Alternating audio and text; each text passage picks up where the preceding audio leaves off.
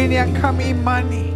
Apapun yang terjadi hari-hari ini di tengah pandemi, apapun yang terjadi hari-hari ini di tengah tiba-tiba bencana alam terjadi di mana-mana di bangsa ini, Tuhan, kami tahu kami sedang menghadapi bagian-bagian terakhir dari akhir zaman.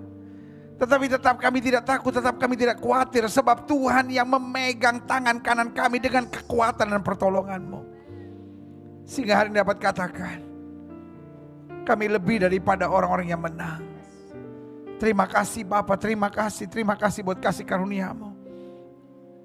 Kami sudah menerima firman Tuhan pada session pertama dari hamba-Mu yang luar biasa, Bapak Pendeta Roni Rompas, dan olehnya kami mendapat berkat pengajaran firman tentang hidup kami beruntung dari Tuhan. Betul, kami bukan hanya dijanjikan Tuhan untuk berhasil,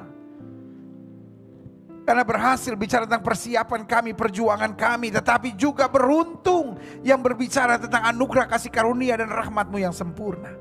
Karena itu dengan bangga kami nyatakan, nabi boleh banyak, agama boleh banyak, rasul boleh banyak, juru selamat hanyalah Yesus Kristus Tuhan dan Raja. Haleluya. Kami perlu Yesus dalam hidup kami perlu firman dalam hidup kami perlu pewahyuan Roh-Mu atas kami. Bicara buat masing-masing kami Bapa, sebab kami siap untuk mendengarkannya. Sembuhkan yang sakit Allah, kuatkan yang lemah, beri penghiburan buat yang susah, bebaskan yang terikat, lepaskan yang terbelenggu, ulurkan tangan bagi yang membutuhkan mujizat. Sehingga pada malam hari ini, bukan sekedar doa puasa Week of Blessing dari Bless the Year program hari ketiga biasa yang kami hadiri, tapi malam ini malam berkat, malam ini malam mujizat, malam ini malam lawatan Allah, malam ini malam perjumpaan kami dengan Yesus lewat roh dan firman-Mu. Dan kami tahu, kami percaya orang yang berjumpa dengan Yesus tidak pernah akan dikecewakannya. Haleluya. Bersama-sama kita katakan amin. Beri tepuk tangan yang meriah buat Tuhan. Haleluya, haleluya, haleluya. Sama-sama katakan Yesus dahsyat. Lebih semangat dong. Kan saya selalu bilang tuh, ibadah-ibadah di Gereja Bethel Indonesia Global Fellowship Center walaupun diadakan online, tetapi kita interaktif. Kita di gereja, sudah di rumah masing-masing, tapi alami lawatan Tuhan. Ya kan, sama-sama bilang Yesus dahsyat.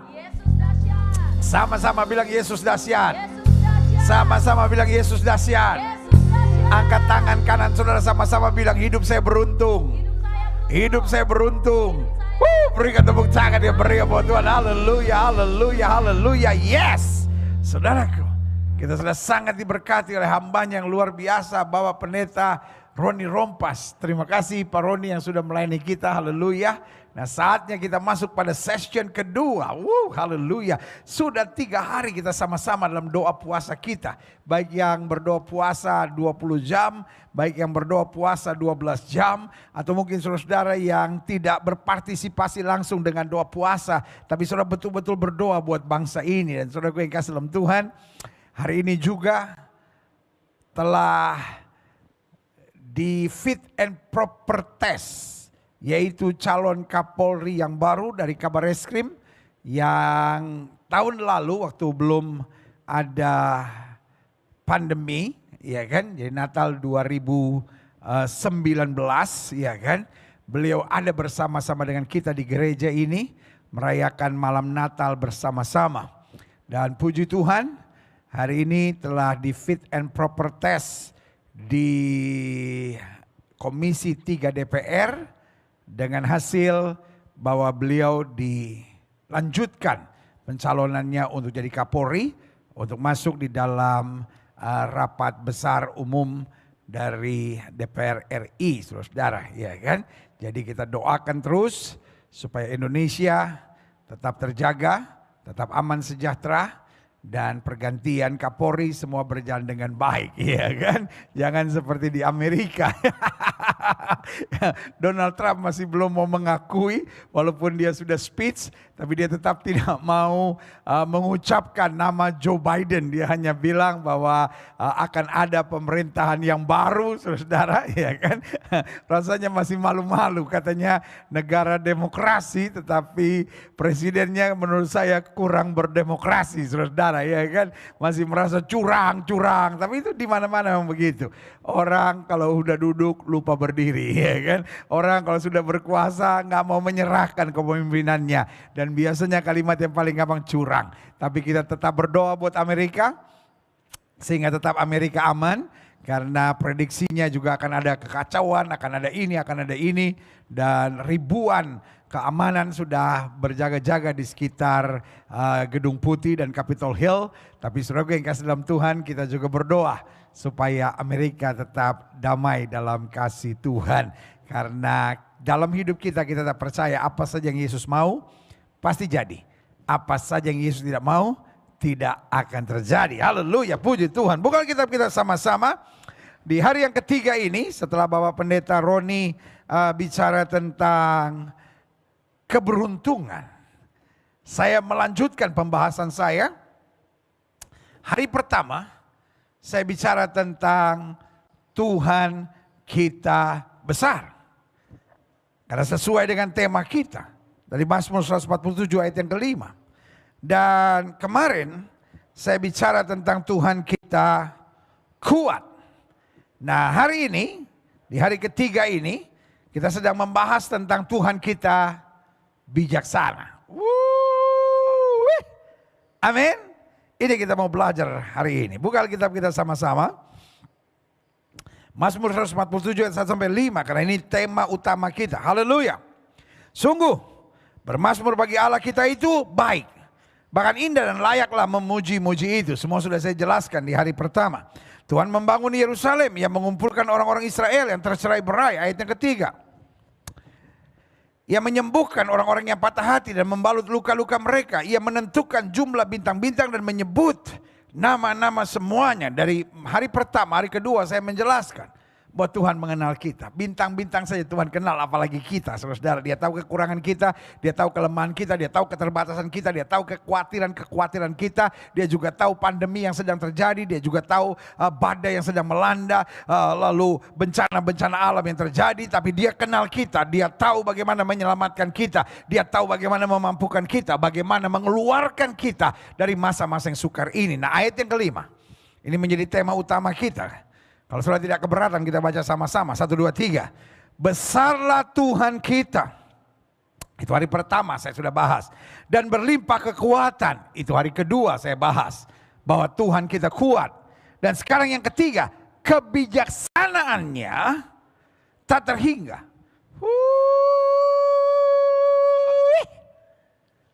Kenapa dunia kacau? Karena dunia penuh dengan orang-orang pintar tapi kurang bijaksana. Kenapa banyak rumah tangga kacau? Karena suami bisa bentak, suami bisa maki, tapi tidak bijaksana. Kenapa banyak kekacauan dalam keluarga? Karena istri-istri bisa cerewet, iya kan? Bisa nuntut, bisa terus bikin peraturan, jangan begini dong, jangan begini, tapi tidak bijaksana. Bahkan kenapa banyak gereja-gereja pecah? Jawaban saya sederhana. Karena banyak hamba-hamba Tuhan kelihatannya rohani, karunia-Nya luar biasa, tapi tidak bijaksana. Sama-sama bilang sama saya, bijaksana itu penting. Bijaksana nggak cukup hanya dengan doa. Makanya Alkitab bilang permulaan hikmat, permulaan kebijaksanaan, Allah takut akan Tuhan. Ada banyak orang doanya luar biasa tapi tidak bijaksana. Nah, Tuhan kita adalah Tuhan yang bijaksana. Dan dikatakan di sini, kebijaksanaannya tak terhingga. Artinya kebijaksanaan tidak terbatas. Dan kebijaksanaannya berlaku untuk selama-lamanya. Dan kebijaksanaannya berlaku untuk segala keadaan dan kondisi. Yang setuju sama saya katakan amin. Makanya besok, dari tema ini saya akan bicara Tuhan kita tak terbatas. Kita sudah melihat sisi kuatnya. Kita sudah melihat sisi besarnya. Kita sudah melihat sisi kebijaksanaannya. Dan besok malam, dalam Week of Blessing hari keempat, dalam rangkaian 1 minggu doa puasa kita, maka saya akan mengupas, saya akan membahas tentang Tuhan kita yang tak terhingga, Tuhan kita yang tak terbatas, Tuhan kita yang punya unlimited power. Yang setuju katakan yeah. Nah, selanjutnya Mazmur 104 ayat 24 sampai 31. Betapa banyak perbuatanmu ya Tuhan, sekaliannya kau jadikan dengan kebijaksanaan. Dengan lain kata, perbuatan-perbuatan Tuhan, karya-karya Tuhan bukan hanya dikerjakan dengan kemauannya, kesenangannya, tapi dia kerjakan dengan kebijaksanaan. Makanya dengan iman kita percaya apapun yang Tuhan kerjakan, tidak ada yang pernah terjadi secara kebetulan. There is no coincidence in God's timetable. Tidak ada kata kebetulan. Di dalam jadwal kerjanya Allah, segala sesuatunya terukur, segala sesuatunya terencana, dan segala sesuatunya punya maksud yang dahsyat. Yang setuju katakan amin. Lihat selanjutnya. Lihatlah laut itu. Besar dan luas wilayahnya, di situ bergerak tidak terbilang banyaknya binatang-binatang yang kecil dan besar. Itulah bukti kebijaksanaan Tuhan. Coba lihat selanjutnya, klik. Di situ kapal-kapal berlayar, dan lewiatan yang telah kau bentuk untuk bermain dengannya. Semuanya menantikan kau supaya diberikan makanan pada waktunya. Lihat, semua diatur oleh Tuhan. Semua dikendalikan oleh Tuhan. Tidak ada satupun yang bisa jadi tanpa izin Tuhan. Dan tidak ada satupun yang dengan izin Tuhan bisa melawan dan membantahnya. Amin. Kita lihat selanjutnya, klik. Klik. Apabila engkau memberikannya, mereka memungutnya. Apabila engkau membuka tanganmu, mereka kenyang oleh kebaikan. Apabila engkau menyembunyikan wajahmu, mereka terkejut. Apabila engkau mengambil roh mereka, mereka mati binasa dan kembali menjadi debu. Artinya apapun yang indah, apapun yang dahsyat, apapun yang luar biasa, kalau Tuhan tidak terlibat, tidak ada artinya sama sekali. Itulah kebijaksanaan Tuhan. Apapun yang Tuhan atur, yang pertama pasti teratur. Apapun yang Tuhan atur pasti indah. Dan apapun yang Tuhan atur pasti luar biasa. Yang setuju sama saya katakan amin. Jadi kalau hidup kita Tuhan yang atur pasti indah. Pasti teratur, pasti luar biasa. Kalau masa muda kita Tuhan yang atur, pasti teratur. Pasti indah, pasti luar biasa. Tapi banyak anak-anak muda gak mau biarkan Tuhan yang atur, dia mau atur dirinya sendiri. Ada banyak rumah tangga tidak mau biarkan Tuhan yang atur dan tidak mau biarkan firman Tuhan yang atur rumah tangga itu. Sehingga yang terjadi adalah kehancuran, kekacauan, dan akhirnya kebinasaan. Tapi kalau apapun yang Tuhan atur, pasti teratur, pasti indah, pasti luar biasa. Yang setuju sama saya katakan haleluya. Amin. Kita lihat selanjutnya. Apabila engkau mengirim rohmu, mereka tercipta. Dan engkau memperbaharui muka bumi. Biarlah kemuliaan Tuhan tetap untuk selama-lamanya. Biarlah Tuhan bersuka cita karena perbuatan-perbuatannya. Haleluya. Klik. Selanjutnya. Mazmur 90 ayat 12. Ajarlah kami menghitung hari-hari kami sedemikian hingga kami berhati yang bijaksana. Ini yang penting. If my God is a wise God. Kalau Tuhan saya adalah Tuhan yang bijaksana. Maka sudah sepatutnya kita bukan hanya minta berkat dalam hidup kita. Sudah sepatutnya kita bukan hanya minta mujizat. Jangan salah mengerti saya. Jangan salah bilang, oh Gilbert tiba-tiba hari-hari ini sudah tidak percaya mujizat, sudah tidak percaya berkat. Saya sangat percaya berkat dan mujizat adalah hak mutlak kita sebagai anak Tuhan. Tapi yang saya mau ingatkan buat saudara, kita harus berjalan dengan kebijaksanaan. Iman tanpa kebijaksanaan hanya menjadikan kita sebagai orang-orang fanatik. Tapi kebijaksanaan tanpa iman akhirnya hanya menjadikan kita orang-orang sok pintar. Tetapi waktu kita beriman dan bijaksana, ini yang Tuhan cari. Karena pada dasarnya orang beriman bisa saja belum tentu bijaksana. Tapi orang bijaksana pasti datangnya karena beriman kepada Tuhan yang hidup. Yang setuju katakan amin. Jadi jelas ya, keduanya ini tidak bisa dipisahkan. Karena orang beriman harus berjuang terus untuk menjadi bijaksana. Dan orang bisa bijaksana kalau di dalam dirinya ada iman. Dan makin bertumbuh imannya, makin bijaksana langkah, tindakan, serta keputusan-keputusan yang dia buat dalam hidupnya. Saya pelajari selanjutnya. Doa Musa. Siapa Musa? Pemimpin besar bangsa Israel. Tapi doanya, ajarlah kami menghitung hari-hari kami sedemikian sehingga kami beroleh hati yang bijaksana. Dengan lain kata, seorang Musa saja bukan hanya mengharapkan berkat, kedahsyatan, kemuliaan Tuhan, tapi yang dia harapkan adalah kebijaksanaan Tuhan untuk membimbing dan menuntun langkahnya. Pak, engkau bukan harus menjadi suami yang kaya, tapi engkau harus menjadi suami yang bijaksana. Ibu, engkau bukan harus menjadi istri yang sempurna. Saya mengerti kau banyak kekurangan, kau banyak kelemahan, kau memang terbatas. Tapi minimal kau jadi istri yang bijaksana.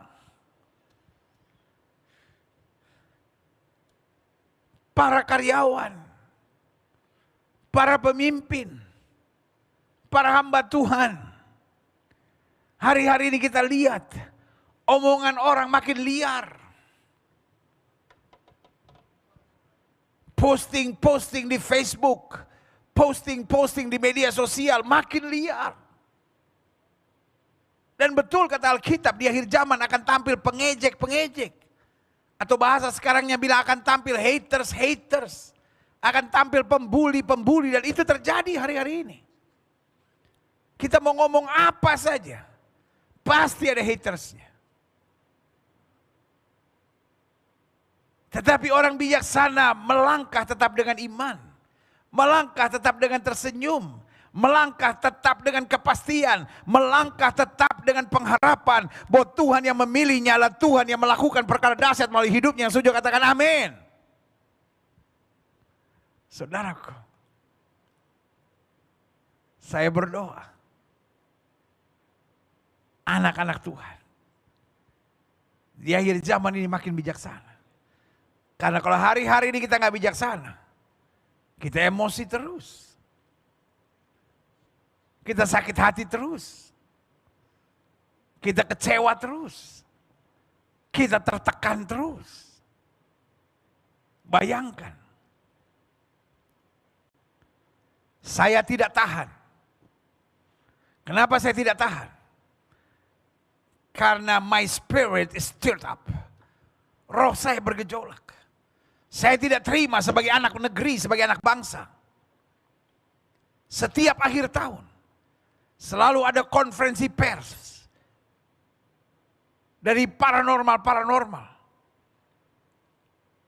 untuk meramalkan Indonesia. Saudaraku yang kekasih dalam Tuhan, kenapa saya marah? Kenapa saya tidak bisa terima? Karena para peramal-peramal itu jelas kata Alkitab, bukan kata saya. Itu mendapat ramalan-ramalannya itu dari kuasa-kuasa kegelapan. Saya gak habis pikir ada pendeta-pendeta yang berkata Gilbert itu aneh. Tidak semua ramalan berasal dari setan. Ada juga hamba-hamba Tuhan yang meramal. Hello. Meramal dilakukan oleh peramal. Hamba Tuhan dia bukan meramal. Kalau dia dapat karunia dia bernubuat. Makanya dalam bahasa Inggris jelas. Prophecy and the prophet. Orang yang menyampaikan nubuatan disebut mendapat karunia kenabian. Tetapi ada banyak orang bukan bernubuat tapi lu buat-buat. Nah orang seperti itu kata Alkitab dia harus seret keluar kota, lempar batu sampai mati di zaman perjanjian lama. Tetapi sangatlah bodoh. Saya ulangi sekali lagi, sangatlah bodoh kalau menyamakan ramalan dengan nubuatan. Ayat Alkitabnya di mana? Engkau mencomot-comot ayat Alkitab seenaknya dengan kepandaian engkau untuk putar-putar berbicara. Akhirnya menyesatkan dan membingungkan banyak orang. Saudaraku, ada lagi yang ngomong. Gilbert itu sembarangan ngomong. Dia menantang. Bagaimana kalau benar terjadi? Hello! Kalau benar terjadi berarti Tuhan saya tidak punya kuasa. Saya sudah membatalkannya dalam nama Yesus. Dan saya tetap percaya nama Yesus dahsyat dan luar biasa. Kenapa? Kau lebih percaya dengan paranormal daripada nama Yesus? Saudaraku yang kasih dalam Tuhan. Itu yang saya bilang. Kita mulai tertipu dunia ini. Kita nggak percaya nama Yesus berkuasa. Bahkan ada yang menertawakan saya lalu berkata, bagaimana kalau ternyata dia yang benar? Saudaraku yang kekasih dalam Tuhan. Saya berani membuktikan bahwa Yesus Tuhan saya tetap sanggup membatalkan ramalan-ramalan apapun. Karena itu, saya berani berbicara di YouTube. Saya berani bilang kita menantang, saya menantang. Karena saya tahu persis. Itu juga yang dibuat oleh Elia. Saya tidak bilang saya punya the spirit of Elisha, bukan itu maksud saya. Tapi yang saya sudah saatnya hamba-hamba Tuhan tidak tertipu dengan paranormal. Karena roh di dalam kita lebih besar dari roh yang alam dunia ini. Itu yang saya bilang. Orang yang bijaksana dia mengerti kehendak Tuhan. Orang yang bijaksana tidak tahan melihat permainan kuasa-kuasa kegelapan. Tapi orang bijaksana waktu dihina, orang bijaksana waktu ditertawakan, orang bijaksana waktu dibully akan tetap bersyukur kepada Tuhan. Karena dia tahu persis Allahnya dahsyat luar biasa, tidak pernah mengecewakannya. Yang setuju katakan amin. Orang mau bilang apapun. Tapi waktu akan membuktikan bahwa ramalan itu tidak akan terjadi. Karena doa orang benar besar kuasanya. Orang mau bilang saya fanatik, orang mau bilang saya nggak mengerti kebenaran, silahkan. Tapi waktu akan membuktikan ramalan yang betul atau doa orang benar yang lebih berkuasa. Saya hanya mau ingatkan anak-anak Tuhan, jangan kompromi. Jangan akhirnya kau percaya pada ramalan-ramalan. Tapi saya juga mau ingatkan, jangan takut dengan paranormal-paranormal. Tuhan kita lebih hebat. Dan yang ketiga, pastikan kita yakin bahwa di dalam diri kita ada kuasa Allah. Yang apa saja yang kita ucapkan, kalau kita tidak bimbang tapi percaya, itu yang akan terjadi. Sudah waktunya gereja Tuhan berdiri tegak, membatalkan ramalan-ramalan karena itu mengandung kutuk untuk menghancurkan bangsa. Dia mau ramalkan yang lain terserah, tapi kalau dia mau meramalkan sesuatu yang buruk untuk bangsa. Dan saya tahu bukan itu kehendak Tuhan, saya akan berdiri untuk bangsa ini. Karena saya percaya hamba-hamba Tuhan ditempatkan Tuhan di satu negeri untuk berdiri tegak, menegakkan kemuliaan Allah di negeri tersebut. Amin. Saudara mau marah sama saya, saudara mau jadi haters buat saya, saudara mau serang apapun buat saya tetap memberkati saudara. Karena saya mengasihi saudara dan saya tetap akan berdiri pada apa yang firman Tuhan katakan. Dan saya tetap akan berjalan dengan apa yang Tuhan percayakan untuk saya melangkah. Saya hamba Tuhan. Saya bukan hamba manusia. Silahkan. Saudara mau taruh di akun-akun satir apapun tentang saya. Saya tetap akan menyampaikan kebenaran. Dan melakukan apa yang Tuhan kehendaki. Dan bukan hanya itu. Saya mendoakan saudara. Sebab saya mengasihi saudara. Dan saya tahu harinya akan tiba. Tuhan mengubah hati saudara. Untuk senantiasa membawa damai dan menjadi berkat. Yang setuju katakan, yeah! Woo! Haleluya. Lihat selanjutnya. Mazmur 119 ayat 9 sampai ayat 98. Perintah-perintahmu membuat aku lebih bijaksana. Lihat. Doa Musa berkata, ajarlah aku menghitung hari-hariku sedemikian hingga aku beroleh hati yang bijaksana. Berarti setiap hamba Tuhan harus punya hati yang bijaksana. Setiap orang muda harus punya hati yang bijaksana. Setiap istri harus punya hidup dan hati yang bijaksana. Setiap pengusaha, setiap pemimpin harus punya hati yang bijaksana. Setiap saudara yang sedang dalam tekanan, dalam kesulitan, setiap saudara yang sedang berjuang untuk mengharapkan sesuatu yang besar, pastikan kau melangkah dalam kebijaksanaan. Karena itu yang Tuhan mau. Minta dan harapkan kebijaksanaan dari Tuhan. Alkitab berkata mereka yang kurang hikmat, mereka yang kurang kebijaksanaan, minta kepada Allah yang akan memberikan dengan murah dan tidak membangkit-bangkit, kata Alkitab. Tapi ayat ini, Mazmur 119 ini bilang apa? Perintahmu membuat aku lebih bijaksana. Jadi bijaksana bukan hanya sebuah doa. Bukan hanya sebuah kerinduan, bukan hanya sebuah keinginan yang kita sampaikan di depan Tuhan. Tetapi juga bijaksana adalah bagian dari kedekatan kita akan perintah Tuhan. Perintahmu membuat aku lebih bijaksana daripada musuh-musuhku. Sebab selama-lamanya itu ada padaku. Selama-lamanya musuh itu ada padaku. Selama-lamanya mereka mau mencurangi aku. Selama-lamanya mereka mau menjahati aku. Tapi orang bijaksana akan tetap memandang akan rencana Tuhan. Orang bijaksana gak memandang musuh. Orang bijaksana gak terganggu sama musuh. Tetapi orang yang kehilangan kebijaksanaan akan menjadi haters. Akan menjadi orang yang selalu mencari kesalahan orang. Karena orang bijaksana dia melihat ke depan tentang rencana Tuhan yang besar. Tetapi orang yang kehilangan kebijaksanaan akan melihat samping kiri kanan dan berusaha menyikut, menjatuhkan, menjelek-jelekan dan menyerangnya. Jadi saudaraku yang kasih dalam Tuhan. Kalau saudara menangis dan berkata, pendeta, kenapa akun-akun di media sosialku ada begitu banyak haters? Jawaban saya sederhana. Itulah pokok doamu. Itu yang harus kau doakan satu-satu agar berkat Tuhan tercurah dalam hidupnya. Amin. Simpel aja. Haters kok dipikirin. Haters kok dimasukin hati. Rugi. Buat saya.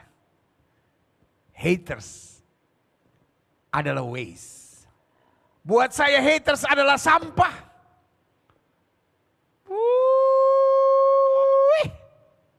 Marah. Haters dong.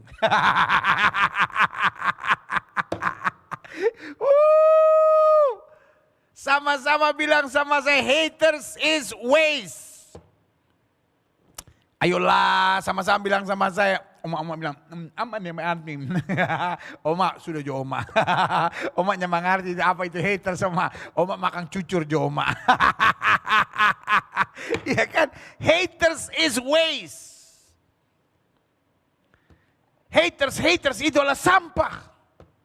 Ngapain penuhi pikiranmu dengan sampah? Ngapain penuhi hatimu dengan sampah? Ngapain isi hari-harimu dengan sampah? Haters is waste. Orang-orang bijaksana dia tidak memandang haters. Orang-orang bijaksana dia memandang rencana Tuhan. Dia memandang apa yang bisa saya kerjakan buat orang lain. Apa yang bisa saya lakukan untuk mendatangkan terobosan bagi kerajaan Allah. Apa yang saya bisa kerjakan buat menolong orang yang dalam kesulitan. Saya gak habis pikir. Di masa seperti hari ini masih begitu banyak orang sebarkan hoax. Saya hari ini baru saja dapat forward dari teman saya. 80 hoax tentang vaksin COVID-19.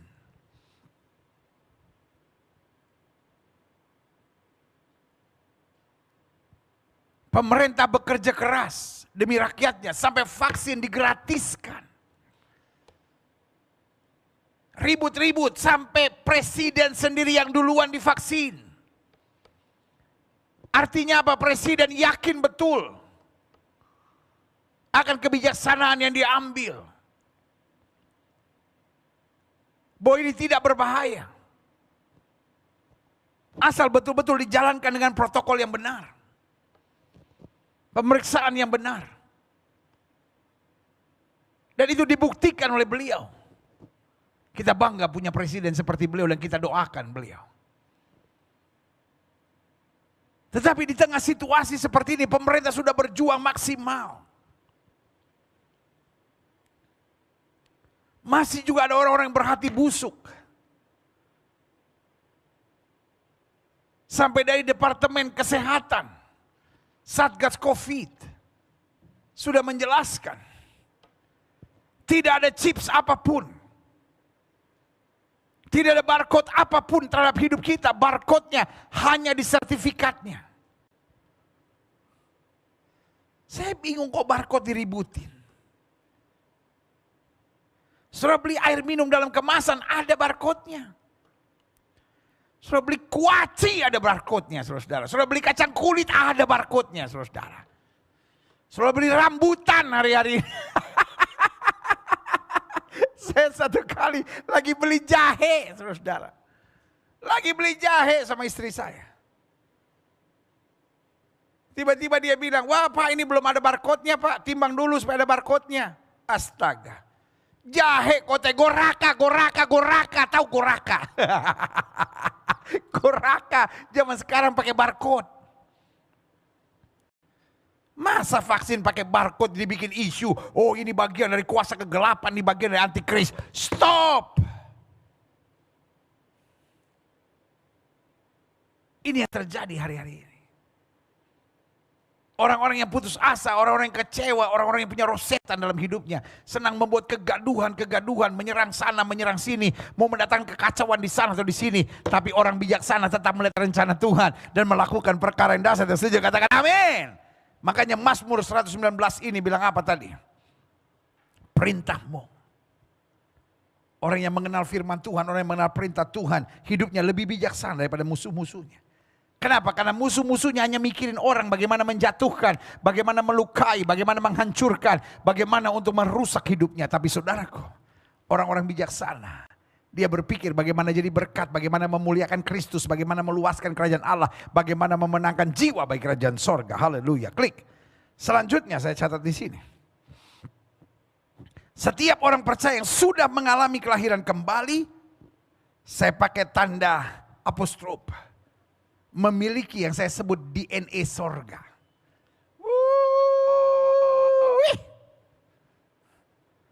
Saya dengar dari pesan voice note. Ada orang yang bilang jangan terima vaksin.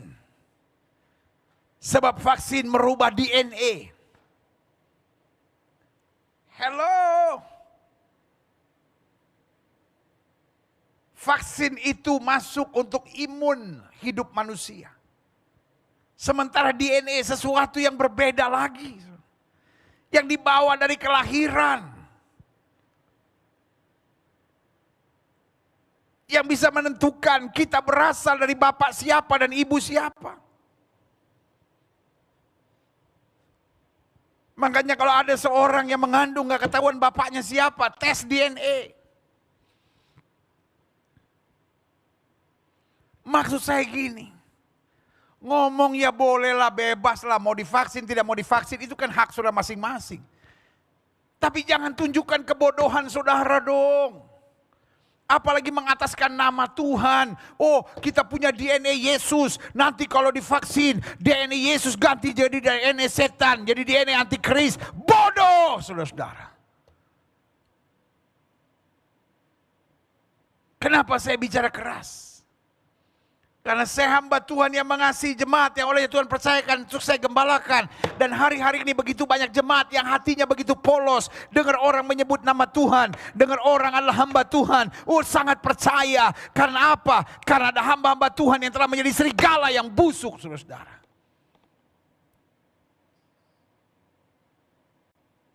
Sebagai hamba Allah saya hanya mau ingatkan. Ini waktunya. The church of God be serious. Ini waktunya gereja Tuhan serius dengan Tuhan. Karena di akhir zaman kita sudah tidak bisa bedakan mana yang benar, mana yang salah. Kita sudah tidak bisa bedakan mana yang berita sesungguhnya, mana yang hoax.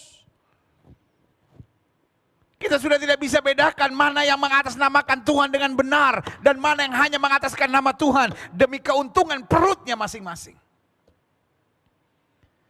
Tetapi orang-orang bijaksana akan tetap memerintah di negeri, kata Alkitab. Makanya saya catat di sini. Mundur dulu. Setiap orang percaya yang sudah mengalami kelahiran kembali memiliki DNA sorga. Karena DNA kita bawa dari kelahiran. Saya sengaja pakai istilah DNA sorga. Karena DNA menunjukkan siapa bapak kita, siapa ibu kita. DNA menunjukkan karakter asli, siapa diri kita sebenarnya. Kromosom-kromosom yang terbangun dalam kehidupan kita. Dan Alkitab sudah bilang, Tuhan menenun aku dari kandungan ibuku selagi aku masih bakal anak. Tenunan-tenunan kromosom dalam hidup ini yang bernama DNA. Dan Alkitab sudah mencatat. Nah, kita yang lahir kembali. Coba lihat ayat ini, klik. Klik. Klik. Karena kita memiliki DNA sorga. Salah satu cirinya kita akan hidup dengan mengandalkan hikmat dan kebijaksanaan. Coba lihat ayat firman Tuhan ini, klik. Ayat firman Tuhannya berkata, karena kita ini buatan Allah. Diciptakan untuk kehendak Tuhan dan maksud yang baik. Alkitab berkata, kita ini buatan Allah. Makanya Yesus bilang sama Nikodemus, jika kamu tidak dilahirkan kembali, kamu tidak akan melihat kerajaan sorga. Jadi jelas, firman Tuhan mengajarkan kepada kita bahwa pada dasarnya kita memiliki DNA sorga. Yeeha.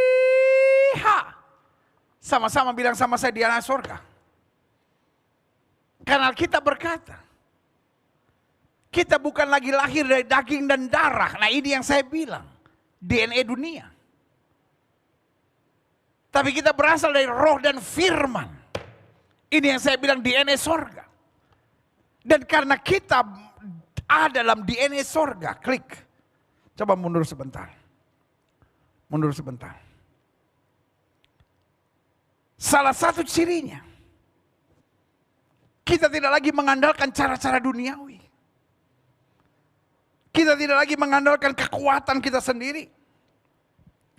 Kita tidak lagi mengandalkan strategi-strategi daging dan dunia ini. Tetapi karena kita memiliki DNA sorga, maka kita akan hidup dengan mengandalkan hikmat dan kebijaksanaan yang berasal dari sorga. Sama-sama bilang, saya butuh hikmat. Sama-sama bilang, saya butuh kebijaksanaan.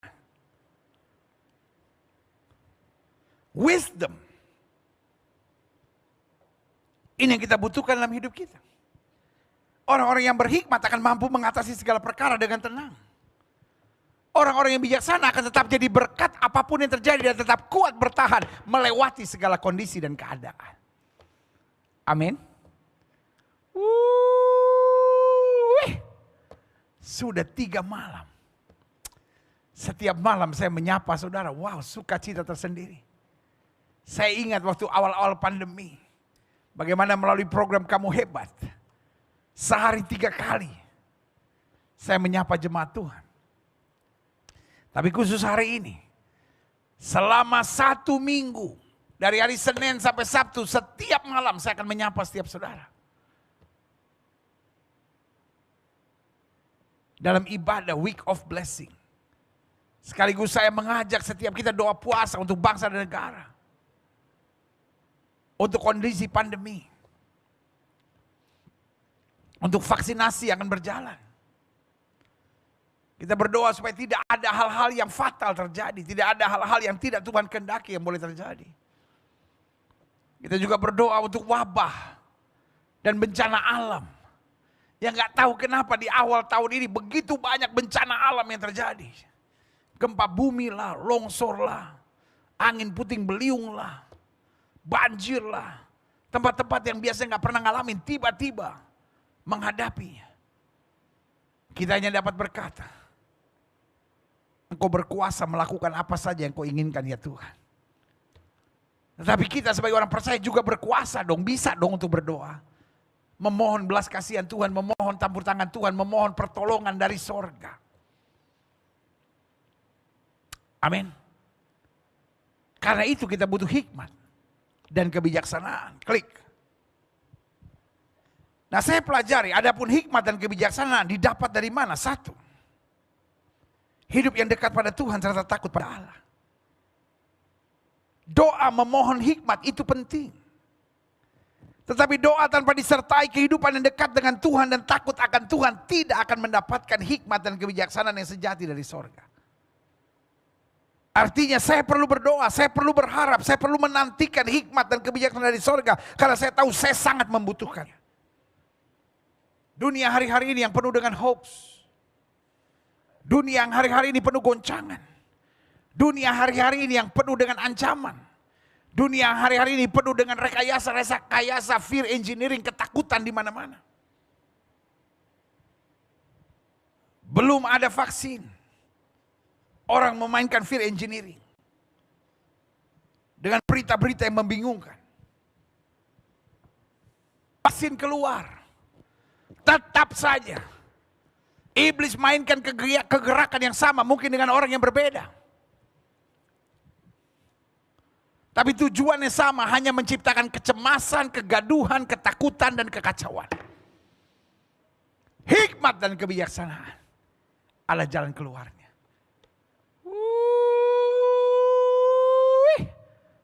Orang yang berhikmat bisa membedakan mana yang hoax, mana berita yang benar. Orang yang berhikmat mengerti betul mana jalan Tuhan, mana rekayasa dan tipuan iblis dan kegelapan. Orang yang berhikmat dan bijaksana mengerti betul mana yang dimainkan dengan perasaannya sendiri, mana yang merupakan kehendak dan kemauan Tuhan. Yang setuju katakan amin. Bagaimana kita berhikmat, bagaimana kita bijaksana. Jika kita hidup dekat dengan Tuhan dan takut akan Tuhan. Yang kedua saya pelajari. Dari mana datangnya hikmat dan kebijaksanaan? Hikmat dan kebijaksanaan didapat dari kehidupan yang selalu bergaul dengan firman Tuhan yang mendorong kita untuk suka berdoa dan berpuasa.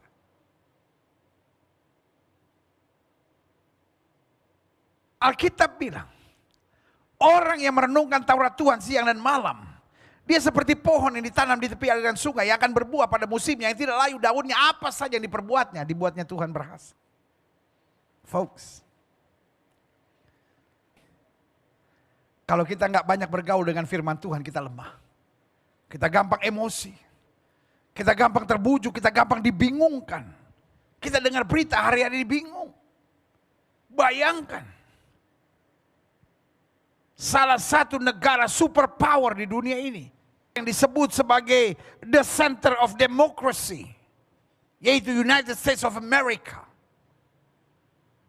Tiba-tiba presidennya, sorry untuk pakai bahasa ini, kelakuannya sangat kampungan. Saya bangga dengan Kapolri, Jenderal Polisi Idam Aziz.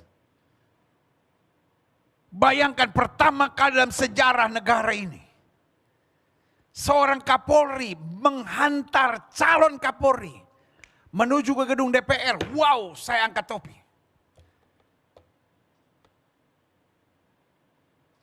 Itu tongkat kepemimpinan estafet yang sangat smooth, sangat luar biasa. Dan menunjukkan demokrasi yang luar biasa. Amerika harus belajar dari Indonesia. Bayangkan Donald Trump ngomong, saya nggak tahu apa yang terjadi kemudian. Tapi Donald Trump ngomong, saya tidak akan datang dalam inaugurasi. Wow. Dia sudah coba majukan ke pengadilan tapi tidak dihitung. Tidak cukup bukti. Dia coba majukan kemana, semua kalah. Tetapi jiwanya, sorry untuk pakai bahasa ini, tetap kampungan, saudara-saudara. Di dunia seperti ini, kalau Amerika saja yang kata the center of democracy, Sudah menjadi terbalik seperti itu. Benar kata pepatah Belanda yang bilang the wereld staat op zijn kop. Yang artinya sekali merdeka tetap merdeka. The wereld staat op zijn kop artinya dunia sudah berdiri di atas kepalanya. Orang Manado bilang saya tak bawa balik itu. Tak bawa balik itu. Sudah terbalik-terbalik itu. Artinya kalau hari-hari ini kita hanya berdasarkan pengamatan. Kalau hari-hari ini kita hanya berdasarkan analisa.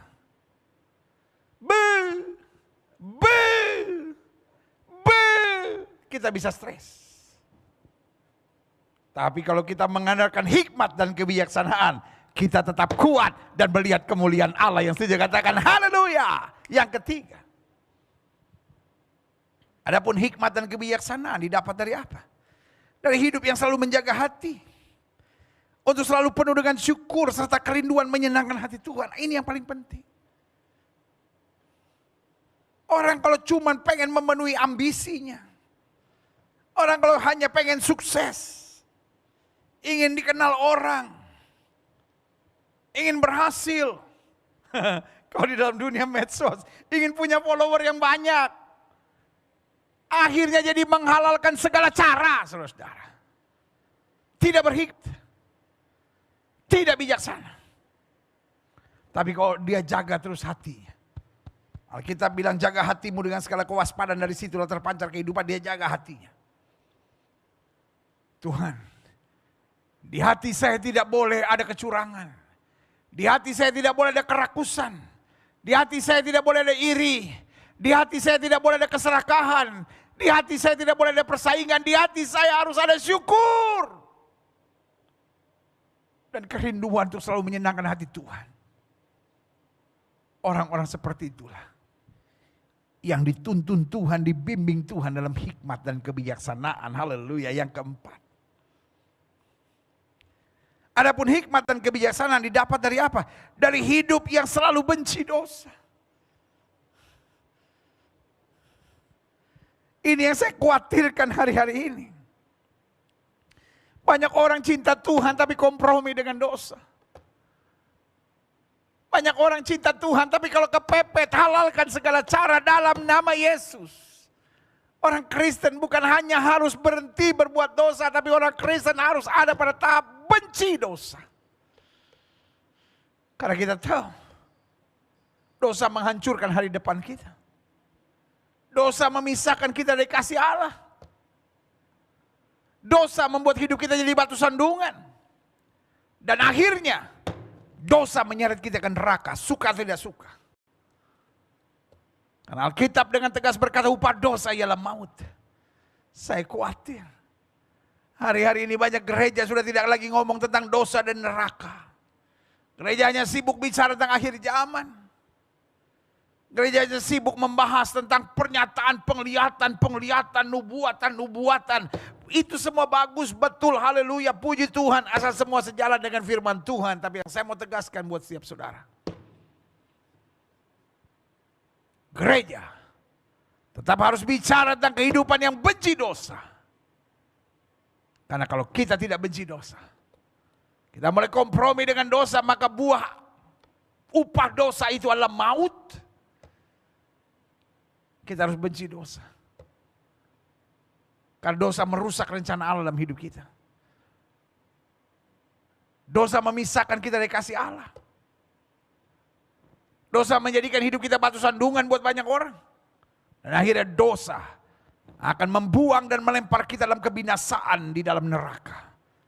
Pastikan kita jadi orang percaya yang benci dosa dan bilang, Tuhan, aku hanya mau hidup untuk menyenangkan hati Tuhan. Aku mau hidup dalam kebenaran. Aku mau berpegang pada firman Tuhan, tidak miring ke kiri maupun miring ke kanan. Sehingga jalan hidupku hanya senantiasa berkenan kepada Tuhan. Yang setuju katakan amin. Haleluya. Selanjutnya, adapun hikmat dan kebijaksanaan didapat dari apa? Satu saya pelajari. Hikmat dan kebijaksanaan kita dapat dari tidak memikirkan apa yang saya suka, namun apa yang menjadi berkat. Kenapa seringkali kita tidak bisa bijaksana? Kenapa seringkali kita tidak bisa melangkah dengan hikmat meskipun kita sudah ke gereja? Meskipun bahkan kita sudah bertobat, meskipun kita sudah lahir baru. Karena pikiran kita, jiwa kita masih sibuk dengan kehendak saya. Saya sukanya ini, saya maunya ini, saya inginnya ini. Jadi selalu saya. Jadi me is the center of the universe. Dan kalau itu terjadi, kita nggak mungkin bijaksana. Kita jadi orang yang liar, kita jadi orang yang rakus, kita jadi orang yang serakah, kita jadi orang yang mau menang sendiri dan egois. Tapi kalau kita robah, lalu kita berkata, Tuhan saya mau jadi berkat. Tuhan saya mau lewat hidup saya orang lain tertolong. Sehingga saya bukan hanya pikirkan apa yang menyenangkan, menguntungkan dan enak buat saya. Tapi apa yang sungguh-sungguh menjadi berkat. Itu yang mendatangkan hikmat dalam hidupmu. Jadi yang pertama jelas. Hikmat dan kebijaksanaan didapat dari tidak memikirkan apa yang saya suka. Namun apa yang menjadi berkat. Yang kedua. Hikmat dan kebijaksanaan didapat dari apa? Tidak memikirkan apa yang menguntungkan. Namun apa yang meluaskan kerajaan Allah? Oh, banyak orang selalu bilang begitu. Kalau saya cuma ngalah-ngalah terus untung saya apa dong pendeta? Kalau saya cuma sabar-sabar aja, untung saya apa dong pendeta? Kalau kita cuma doa berserah sama Tuhan, terus untung saya apa? Hey! Kau pikir kau dagang onde-onde di depan sekolah SD kah? Orang yang jual onde-onde di depan sekolah SD, betul yang dia pikirkan apa yang menguntungkan.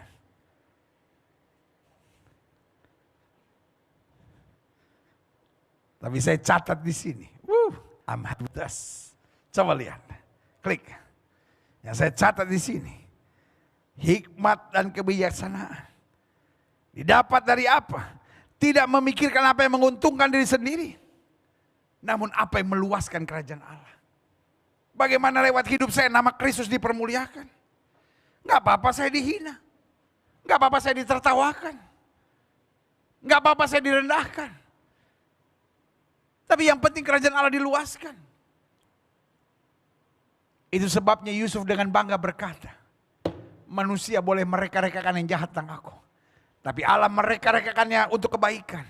Dengan maksud memelihara bangsa yang besar itu seperti sekarang ini. Oh luar biasa.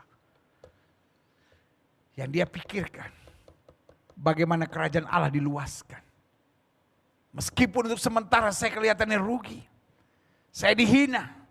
Saya disakiti, saya dikhianati. Tetapi tetap yang dalam pikiran saya. Bagaimana kerajaan Allah diluaskan. Yang setuju katakan saya siap. Amin. Yang ketiga. Hari ini kita bicara Tuhan kita bijaksana. Tapi kalau Tuhan kita bijaksana biarlah bukan hanya dia. Tetapi kuasa kebijaksanaan itu turun dalam kehidupan kita. Karena kita memiliki DNA surga. Saya berdoa. 2021 ini. Akan menjadi tahun yang dahsyat. Akan menjadi tahun keberuntungan. Akan menjadi tahun yang penuh rahmat Tuhan. Kalau kita berjalan. Dalam hikmat dan kebijaksanaan. Tapi sebaliknya tahun ini akan menjadi tahun yang susah. Tahun ini akan menjadi tahun di mana kita banyak ribut, banyak bermasalah, banyak menderita. Jika kita hidup dalam keegoisan, kerakusan. Dan keserakahan diri sendiri. I love you all. Saya mencintai saudara.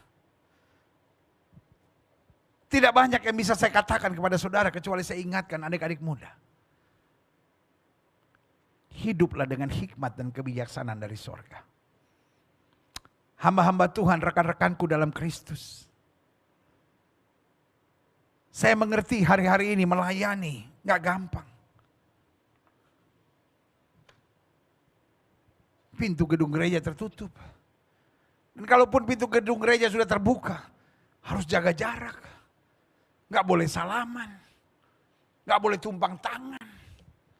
Waduh.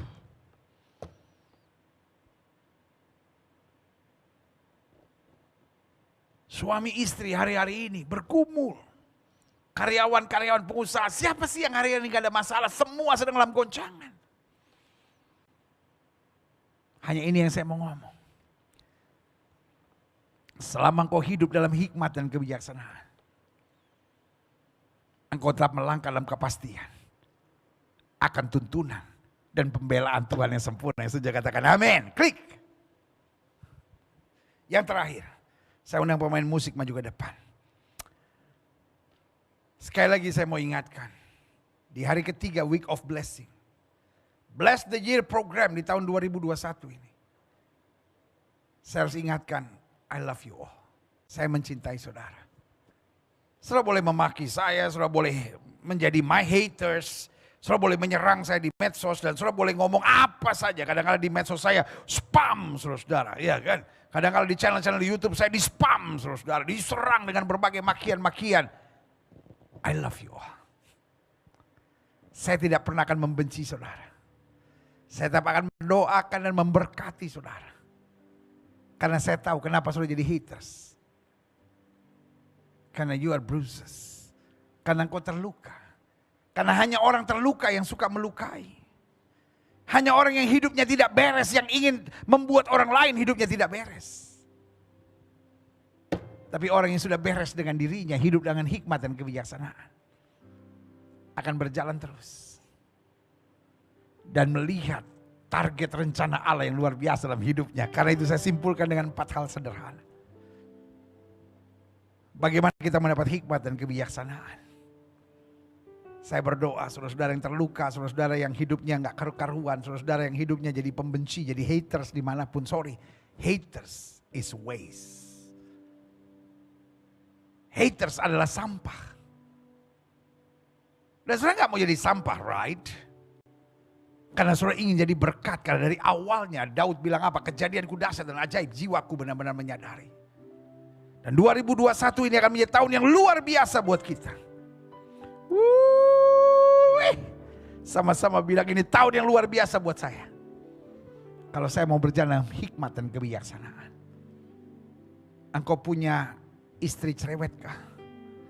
Engkau punya suami kasar, pelit, kepala batukah? Engkau punya mertua yang kadang-kadang menyebalkan engkaukah? Engkau punya menantu yang kadang-kadang menyakitkan hatimukah?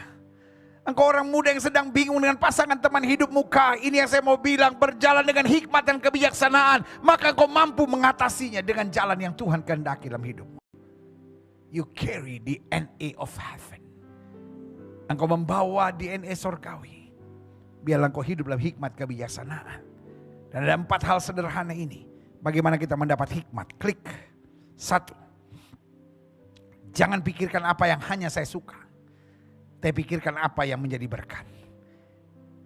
Yang kedua, jangan memikirkan apa yang hanya menguntungkan buat saya. Tapi apa yang membuat saya mampu dipakai Tuhan untuk meluaskan kerajaan Allah. Dan yang ketiga, jangan lagi memikirkan bagaimana persoalan saya bisa selesai dengan segera. Tapi bagaimana rancangan-rancangan Allah digenapi melalui saya. Kadang-kadang kita cuma pikir, aduh bagaimana masalah saya bisa selesai. Aduh bagaimana persoalan saya bisa selesai. Lalu kemudian kita menghalalkan segala cara. Tapi hari ini saya hanya mau ingatkan, bukan hanya sekedar bagaimana persoalan saya bisa selesai. Tapi bagaimana rancangan Allah tergenapi dalam hidup saya. Karena Alkitab bilang, aku tahu rancangan apa yang ada padaku mengenai kamu. Bukan rancangan kecelakaan, tapi hari depan yang penuh harapan. Artinya today and now. Now and today kita bisa saja menghadapi badai. Jangan pernah berdoa, Tuhan selesaikan masalah saya secepat-cepatnya. Tapi naikkan doa, Tuhan, mampukan saya keluar dari masalah saya sebagai pemenang dalam kemuliaan-Mu. Yang setuju katakan amin. Dan yang keempat, yang terakhir. Hikmat dan kebijaksanaan didapat dari tidak memikirkan bagaimana saya puas. Dia ngomongin saya pendeta. Kalau perlu saya kutuki dia sampai hidupnya hancur baru saya puas. Wah, dia fitnah saya pendeta. Wah, saya pokoknya mau bawa ke penjara, biar di penjara biar saya puas. Itulah dunia.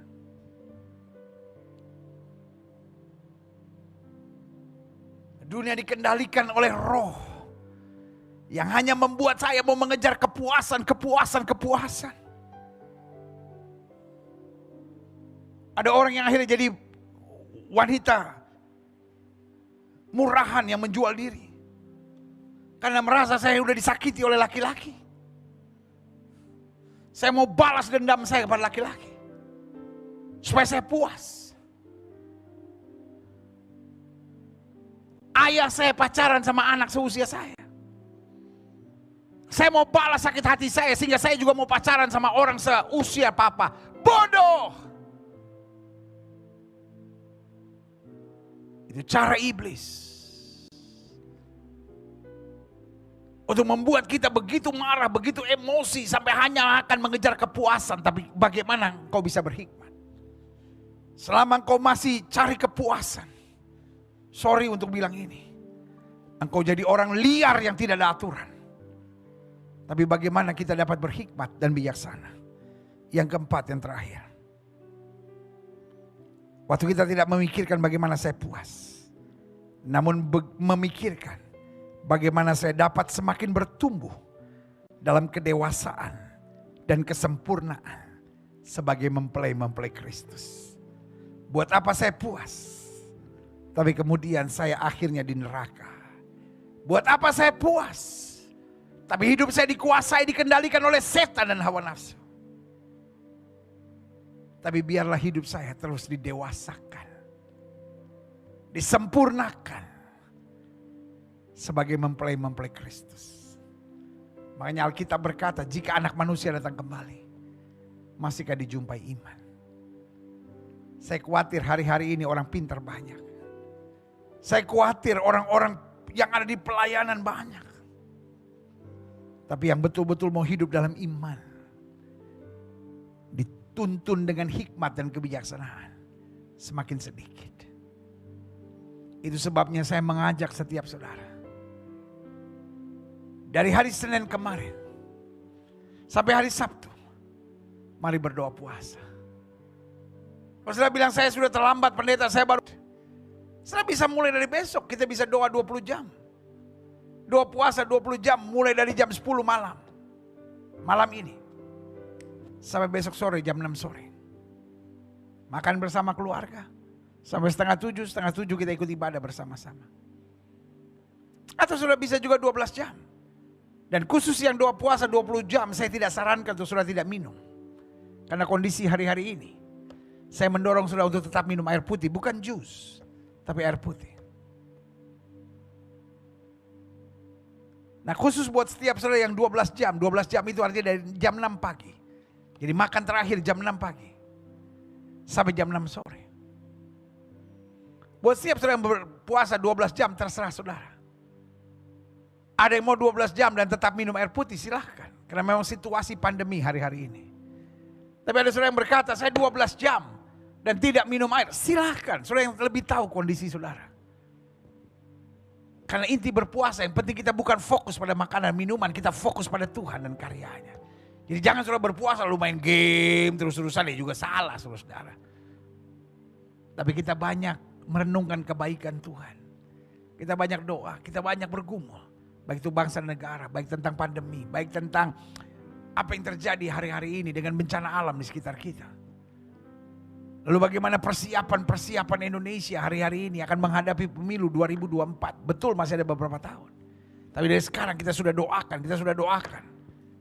Karena bangsa ini terlalu banyak berhutang dengan paranormal. Itu sebabnya kita patahkan kuasa paranormal di bangsa ini.